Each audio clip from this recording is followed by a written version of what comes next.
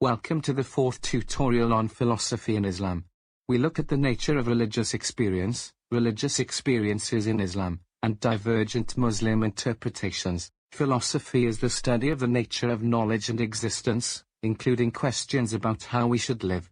Many great thinkers have contemplated the meaning of life and arguments about whether Allah exists or not. A religious experience is an event where a person, or people, believe they have come into contact with Allah or have felt His presence. They include ideas we have already looked at, like revelation, visions and miracles, as well as numinous experiences. Revelation is the ways Allah makes Himself known to humans, like through scripture or prophets. A vision is seeing something that is unlike normal experience and provides knowledge for more about Allah. A miracle is a unique and apparently unexplainable event that is performed by or with Allah's permission.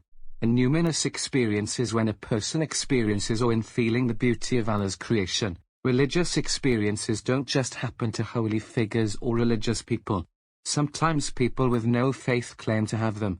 The Alistair Hardy Center say that lots of people feel the personal awareness of a presence different from their everyday self. The Quran refers to non-believers who demand that Allah performs a miracle or gives them a sign to prove He exists.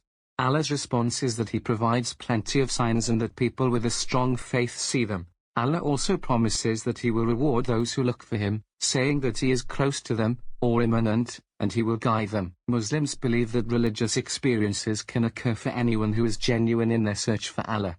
They are rewarded with closeness to Him, both in this world and in the afterlife. Al-Ghazali was a Muslim scholar who tried to prove Allah's existence.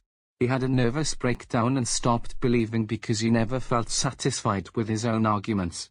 His faith later returned when he had an experience when he felt Allah's presence. Many people who have a religious experience tremble, faint or hear voices.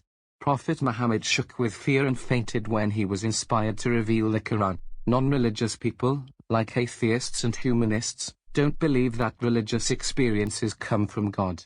They say people feel as though they have connected with God for three reasons. Firstly, psychological factors, which is supported by Sigmund Freud. He said religion was an illusion and these experiences happened to people because they wanted it to happen to them. They want to believe and use these experiences to justify their belief. Secondly, physiological factors, where changes to the body is the cause. If someone has a seizure, they could see hallucinations, which feels like a religious experience. Experiments have been conducted to recreate this feeling by stimulation of the brain. Thirdly, sociological factors, which is an argument associated with Karl Marx. This explains religion as a form of social control that makes believers behave in a certain way to distract them from reality. Muslims say that religious experiences are a universal phenomenon, experienced in all parts of the world, which shows Allah's accessibility to everyone. They say prophets were divinely inspired and granted knowledge of unseen things.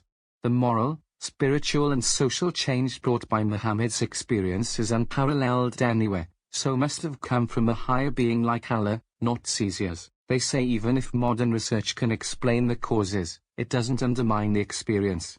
Circuits in the brain could be antennae, placed there by Allah, to make people more receptive and open to Him. In the exam you might be asked to outline Muslim beliefs about religious experiences, or argue for and against religious experiences being real, using Muslim and non-religious perspectives. In summary, there are many different types of religious experience, like visions and miracles. Muslims believe they are a way of connecting with Allah and prove He exists. Non-religious people have different explanations for the causes of them though.